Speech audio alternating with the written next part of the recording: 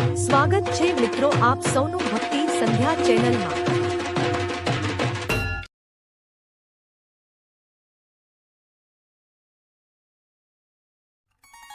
નમસ્કાર મિત્રો, ઓમ શિવાય નમસ્તુભ્યમ। મહારાજ, જો તમારા ઘરના પૂજા મંદિરમાં ભગવાનની મૂર્તિઓ સ્થાપિત છે અને તમે રોજ સવારે તેમને પાણીથી સ્નાન કરાવો છો, તો આજની આ વાત અંત સુધી જરૂરથી સાંભળજો, કારણ કે આપણે બધા ભગવાનની પૂજા શ્રદ્ધાથી કરીએ છીએ, પરંતુ ઘણી વખત અજાણતા જ એવી કેટલીક ભૂલો આપણે કરી બેસીએ છીએ જેના વિશે આપણને સાચી માહિતી હોતી નથી। ઘણા લોકો માને છે કે ભગવાનની મૂર્તિને રોજ પાણીથી સ્નાન કરાવવું જ સૌથી મોટી સેવા છે। કેટલાક લોકો એવું પણ વિચારે છે કે જેટલી વધારે પૂજા કરીશું ભગવાન એટલા જ વધારે પ્રસન્ન થશે, પરંતુ શું ખરેખર દરેક મૂર્તિને દરરોજ સ્નાન કરાવવું જરૂરી છે? શું નાનું ઘર હોય તો તેમાં પણ ભગવાનનું મંદિર બનાવી શકાય?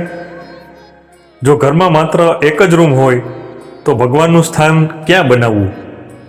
ભગવાન ઘરના મંદિરમાં કેટલીક મૂર્તિઓ રાખવી, કઈ મૂર્તિઓની કેવી રીતે સેવા કરવી, અને જો કોઈ દિવસ પૂજા માટે સમય ન મળે તો શું ભગવાન નારાજ થઈ જાય? મિત્રો, આજની આ ચર્ચામાં આપણે આ તમામ પ્રશ્નોને સરળ ભાષામાં સમજવાનો પ્રયત્ન કરીશું। પરંતુ મિત્રો, આગળ વધતા પહેલાં જો તમારા મનમાં ભગવાન શિવ પ્રત્યે સાચી શ્રદ્ધા હોય તો વિડીયોને એક લાઈક કરી દેજો, ચેનલને સબસ્ક્રાઈબ કરી લેજો અને કોમેન્ટમાં શ્રદ્ધાપૂર્વક ઓમ નમઃ શિવાય અથવા તો હર હર મહાદેવ જરૂરથી લખી દેજો। તો ચાલો સૌથી પહેલાં વાત કરીએ આજના સમયમાં લાખો પરિવારોની વાસ્તવિક પરિસ્થિતિની। દરેક વ્યક્તિ પાસે મોટું ઘર કે અલગ પૂજા રૂમ હોય તે જરૂરી નથી। કોઈ ભાડાના નાના રૂમમાં રહે છે, કોઈ એક રૂમના ફ્લેટમાં રહે છે, તો કોઈના ઘરમાં રસોડું, શયનખંડ અને બેઠક લગભગ એક જ જગ્યાએ હોય છે। આવી સ્થિતિમાં ઘણા લોકોના મનમાં એક પ્રશ્ન આવે છે કે શું આવા ઘરમાં ભગવાનનું મંદિર રાખવું યોગ્ય છે? મહારાજ, જો તમારી પાસે માત્ર એક જ રૂમ હોય તો પણ તમે સંપૂર્ણ શ્રદ્ધા સાથે ભગવાનનું સ્થાન બનાવી શકો છો। ભગવાનને વિશાળ મંદિર કરતાં તમારા હૃદયની શ્રદ્ધા વધારે મહત્વની છે। હા, એટલું ધ્યાન રાખવું જોઈએ કે પૂજાનું સ્થાન શક્ય તેટલું સ્વચ્છ, વ્યવસ્થિત અને સન્માનજનક રહે। ભગવાનની મૂર્તિ કે તસવીર સીધી જમીન પર રાખવાને બદલે નાની ચોકી, યોગ્ય આસન અથવા તો દિવાલ પર બનાવેલા મંદિરની અંદર રાખવી વધુ યોગ્ય છે। જે જગ્યાએ સતત ધૂળ માટી રહેતી હોય, જ્યાં ચપ્પલ જૂતા રાખવામાં આવતા હોય અને જ્યાં ગંદકી રહેતી હોય ત્યાં ભગવાનનું સ્થાન બનાવવાનું ટાળવું જોઈએ। જો ઘર નાનું હોય તો પણ એક એવો ખૂણો પસંદ કરો જ્યાં બેસતા જ મનને શાંતિનો અનુભવ થાય। અને જો એ જ રૂમમાં સૂવું પણ પડતું હોય તો ગભરાવાની જરૂર નથી। દરેક વ્યક્તિની પરિસ્થિતિ અલગ અલગ હોય છે। અલગ પૂજા રૂમ ઉપલબ્ધ ન હોય તો ભગવાનથી દૂર થવાની જરૂર નથી। શક્ય હોય તો મંદિરની સામે નાનો પડદો લગાવી શકાય, જેથી પૂજાના સ્થાનની ગરિમા પણ જળવાઈ રહે। મિત્રો, હવે વાત કરીએ મંદિરમાં રહેલી મૂર્તિઓની સંખ્યા વિશે। આજકાલ ઘણા લોકો જ્યાં જાય ત્યાંથી ભગવાનની કોઈને કોઈ મૂર્તિ અથવા તો તસવીર લઈ આવે છે। કોઈ તીર્થ સ્થળેથી મૂર્તિ લાવે છે, તો કોઈ મેળામાંથી, તો કોઈ સગા સંબંધીઓ ભેટમાં આપે છે। ધીમે ધીમે ઘરના મંદિરમાં એટલી બધી મૂર્તિઓ ભેગી થઈ જાય છે કે પોતે ભક્ત પણ મૂંઝાઈ જાય છે કે રોજ કઈ રીતે સેવા કરવી। પરંતુ યાદ રાખજો, ભગવાનની મૂર્તિઓની સંખ્યા વધવાથી ભક્તિનું પ્રમાણ વધતું નથી। પૂજાનું મહત્ત્વ મૂર્તિઓની સંખ્યામાં નહીં, પરંતુ સેવા અને ભાવનામાં જ છે।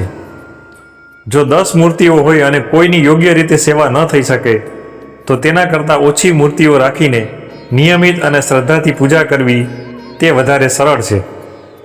તમારા આરાધ્ય દેવને મુખ્ય સ્થાન આપો અને જેટલી મૂર્તિઓની તમે નિયમિત સેવા કરી શકો એટલી જ રાખો। મિત્રો, હવે આવી આપણે સૌથી મહત્વના પ્રશ્ન પર। શું ઘરના મંદિરમાં રહેલી દરેક મૂર્તિને રોજ સ્નાન કરાવવું જરૂરી છે? મહારાજ, અહીં એક વાત તમારે સમજવી ખૂબ જ જરૂરી છે.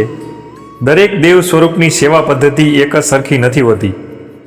જો તમારા ઘરમાં શિવલિંગ સ્થાપિત છે તો ભગવાન શિવને શુદ્ધ જળ અર્પણ કરવું શિવ પૂજાનો સુંદર અને સરળ ભાગ માનવામાં આવે છે. તમારી શ્રદ્ધા અને પરંપરા અનુસાર અભિષેક પણ કરી શકાય છે. પરંતુ જો કોઈ દિવસે તમારી પાસે વધારે સમય ન હોય અને તમે માત્ર શુદ્ધ જળ અર્પણ કરી શકો તો પણ શ્રદ્ધાપૂર્વક કરેલી પૂજા વ્યર્થ નથી જતી. ભગવાન શિવને વૈભવ કરતાં ભક્તિ અને ભાવ વધારે પ્રિય છે. પરંતુ ઘરમાં રાખેલી દરેક સામાન્ય મૂર્તિને રોજ પાણીમાં ડૂબાડવી કે વારંવાર ધોવી જરૂરી નથી. કારણ કે સતત પાણીથી કેટલીક મૂર્તિઓનો રંગ ખરાબ થઈ શકે છે. માટીની મૂર્તિ નબળી પડી શકે છે, પથ્થરની મૂર્તિને નુકસાન થઈ શકે છે અને ધાતુની મૂર્તિ પર ડાઘ પણ પડી શકે છે. એટલે ભગવાનની સેવા કરવાના નામે મૂર્તિને નુકસાન થાય એવું કામ ન કરવું જોઈએ. જો મૂર્તિ પર ધૂળ જામી હોય તો સ્વચ્છ અને નરમ કપડાથી ધીમેથી સાફ કરી શકાય. અહીં એક વાત ખાસ ધ્યાનમાં રાખજો. મૂર્તિની સ્વચ્છતા જરૂરી છે, પરંતુ રોજ સ્નાન કરાવવું દરેક મૂર્તિ માટે ફરજિયાત છે એવું માનવું યોગ્ય નથી. હવે વાત કરીએ શાલિગ્રામ અને લાડુ ગોપાલની. જો તમારા ઘરમાં શાલિગ્રામ શિલા સ્થાપિત હોય તો તેમની સેવા માટે તમારી કુટુંબ પરંપરા અને જાણકાર પંડિતજીની માર્ગદર્શિકા અનુસાર નિયમોનું પાલન કરવું યોગ્ય છે. અને જો ઘરમાં બાળ સ્વરૂપ શ્રીકૃષ્ણ એટલે કે લાડુ ગોપાલની સ્થાપના કરવામાં આવી હોય તો તેમની સેવા પરંપરાગત રીતે બાળકની જેમ કરવામાં આવે છે. સ્નાન, વસ્ત્ર, ભોગ અને વિશ્રામ જેવી સેવાઓ ભક્તિભાવથી કરવામાં આવે છે. પરંતુ અહીં પણ સૌથી મહત્વની વાત છે, દેવ સ્વરૂપની સેવા તમે નિયમિત રીતે કરી શકો તે જ ઘરમાં સ્થાપિત કરો. કોઈના કહેવાથી ઉત્સાહમાં લાડુ ગોપાલ ઘરે લાવીને થોડા દિવસ પછી સેવા કરવી મુશ્કેલ બની જાય તો મનમાં ભય પેદા થાય છે. તેથી ભગવાનને ઘરે લાવવું માત્ર ભાવનાનો વિષય નથી, પરંતુ નિયમિત સેવાની જવાબદારી પણ છે. હવે વાત કરીએ શિવલિંગની. ઘણા લોકો એવું માને છે કે ઘરમાં જેટલું મોટું શિવલિંગ હશે એટલું જ વધારે પુણ્ય મળશે. પરંતુ ઘર અને મંદિરની વ્યવસ્થા અલગ અલગ હોય છે. મોટા મંદિરોમાં અભિષેક, પૂજા અને સેવા માટે અલગ અલગ વ્યવસ્થા હોય છે. ઘરમાં પૂજા સરળ અને નિયમિત રહેવી વધારે મહત્વની છે. તેથી ઘરમાં એવું શિવલિંગ રાખવું જોઈએ કે જેની સેવા તમે સરળતાથી અને નિયમિત રીતે કરી શકો. હવે વાત કરીએ જૂની અને ખંડિત મૂર્તિની. સમય જતાં કોઈ તસવીર જૂની થઈ શકે છે, રંગ ઉડી શકે છે અથવા કોઈ કારણસર મૂર્તિમાં તિરાડ પણ પડી શકે છે. આવી સ્થિતિમાં ડરી જવાને કે પોતાને દોષ આપવાની જરૂર નથી. કોઈ પણ વસ્તુ સમય સાથે જૂની થઈ શકે છે. જો મૂર્તિ પૂજા માટે યોગ્ય સ્થિતિમાં ન રહી હોય તો તેને સામાન્ય કચરાની જેમ ફેંકવાને બદલે શ્રદ્ધાપૂર્વક અલગ કરીને તમારી કુટુંબ પરંપરા અથવા સ્થાનિક ધાર્મિક રીત અનુસાર યોગ્ય રીતે વિસર્જન અથવા સમર્પણ કરવું વધુ યોગ્ય છે. હવે વાત કરીએ દીવાની. સવારે પૂજા કરતી વખતે દીવો સ્વચ્છ રાખો. શક્ય હોય તો નવી વાટ અને શુદ્ધ ઘી અથવા તેલનો ઉપયોગ કરો. દીવા પર કાજળ કે કાળાશ જામી હોય તો તેને સમયાંતરે સાફ કરો. સાંજે પણ ઘરમાં દીવો પ્રગટાવવાનો પ્રયત્ન કરો. દિવસભરની દોડધામ પછી જ્યારે ઘરમાં દીવાની જ્યોત પ્રગટે છે ત્યારે મનમાં શાંતિ અને ભક્તિનો ભાવ જાગે છે. પરંતુ દીવો પ્રગટાવતી વખતે સુરક્ષાનું ધ્યાન રાખવું પણ એટલું જરૂરી છે. નાના બાળકો હોય અથવા પવન વધારે હોય ત્યાં દીવો એવી જગ્યાએ રાખવો જોઈએ જ્યાં આગ લાગવાનો કોઈ ભય ન રહે. હવે વાત કરીએ ઘંટડીની. પૂજા દરમિયાન ઘંટડીનો મધુર અવાજ મનને એકાગ્ર કરવામાં મદદ કરે છે. ઘંટડી એ માત્ર અવાજ માટે નથી, પરંતુ પૂજાના વાતાવરણને ભક્તિમય બનાવવાનું એક સાધન છે. પરંતુ ઘંટડી જેટલી જોરથી અને જેટલી લાંબી વગાડવામાં આવે તેટલી વધારે ભક્તિ થાય એવું જરૂરી નથી. ઘંટડી એટલી જ વગાડો કે મન ભગવાન તરફ કેન્દ્રિત થાય અને ઘરમાં ભક્તિનું વાતાવરણ બને. હવે પૂજા ઘરમાં રાખવામાં આવતા જળની વાત કરીએ. ઘણા ઘરોમાં ભગવાનની પાસે સ્વચ્છ પાણીથી ભરેલું પાત્ર પણ રાખવામાં આવે છે. જો તમે આવું કરો છો તો પાણી તાજું અને સ્વચ્છ રાખો. ઘણા દિવસો સુધી એક જ પાણી ન રાખવું. બીજા દિવસે તે જળને યોગ્ય રીતે કોઈ છોડમાં અર્પણ કરી શકાય અથવા તો અન્ય સન્માનજનક ઉપયોગ પણ કરી શકાય છે. હવે વાત કરીએ શંખની. ભારતીય પરંપરામાં શંખને શુભતાનું પ્રતીક માનવામાં આવે છે. તેથી તેને સ્વચ્છ અને સન્માનપૂર્વક રાખવો જોઈએ. પૂજા કર્યા પછી શંખને જ્યાં ત્યાં મૂકવાને બદલે મંદિરની અંદર યોગ્ય જગ્યાએ રાખવો જોઈએ. સમયાંતરે તેની સફાઈ પણ કરવી જોઈએ. હવે આવે છે ભગવાનના ભોગની વાત. ઘણા ભક્તો વિચારે છે કે ભગવાનને રોજ મીઠાઈ જ ચઢાવવી જોઈએ, પરંતુ એવું જરૂરી નથી. ઘરમાં ફળ હોય તો ફળ અર્પણ કરો, મિશ્રી હોય તો મિશ્રી અર્પણ કરો. ઘરમાં સાત્વિક ભોજન બન્યું હોય તો તેમાંથી થોડો ભાગ ભગવાનને શ્રદ્ધાથી પણ અર્પણ કરી શકાય. હવે વાત કરીએ ફૂલોની.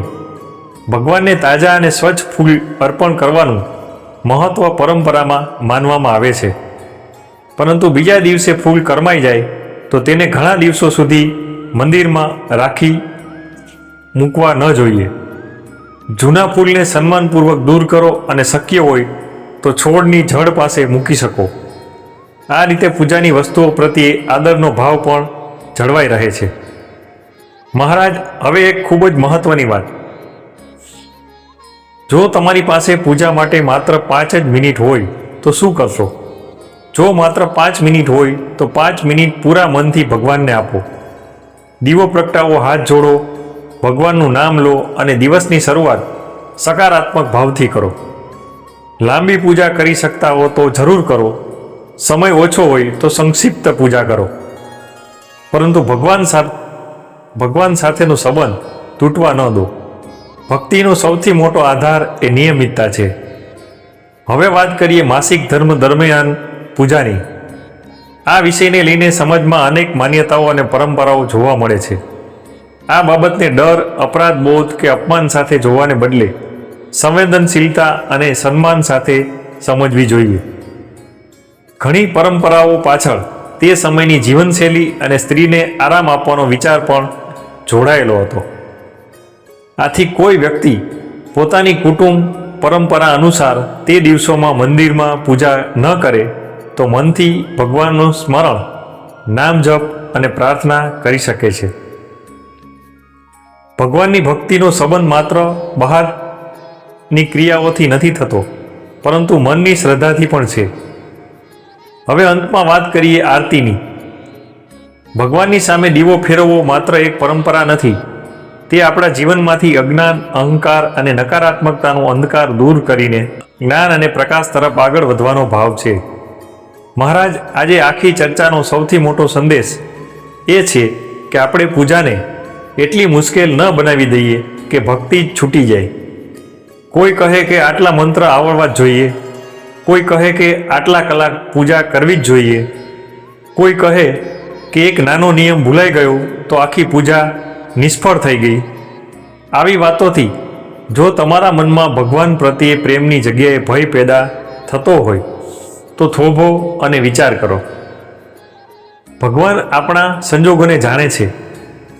વૃદ્ધ વ્યક્તિ હોય, દિવસભર મહેનત કરતો શ્રમિક હોય, અભ્યાસમાં વ્યસ્ત વિદ્યાર્થી હોય કે પરિવારની જવાબદારીઓ સંભાળતી માતા બહેનો હોય, ભગવાન દરેકની સ્થિતિ સમજે છે. તેથી તમારે શક્તિ અને પરિસ્થિતિ પ્રમાણે પૂજા કરો. સમય વધારે હોય તો વિસ્તૃત પૂજા કરો. સમય ઓછો હોય તો થોડા ક્ષણો માટે ભગવાનનું નામ લો, પરંતુ શ્રદ્ધાનો દીવો ક્યારેય બુઝાવશો નહીં. મિત્રો, યાદ રાખજો, ભગવાનને દેખાડો નથી જોઈતો. તેમને તમારું નિર્મળ મન, સાચી શ્રદ્ધા અને સતત સ્મરણ જોઈએ. તો મિત્રો, જો આજની આ વાત તમને ઉપયોગી લાગી હોય તો વિડીયો લાઈક કરજો, ચેનલને સબસ્ક્રાઈબ કરજો અને કોમેન્ટમાં શ્રદ્ધાપૂર્વક ઓમ નમઃ શિવાય અથવા હર હર મહાદેવ જરૂર લખી દેજો.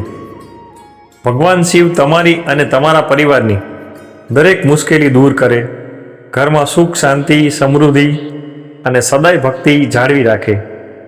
ઓમ હર હર મહાદેવ. ધન્યવાદ મિત્રો.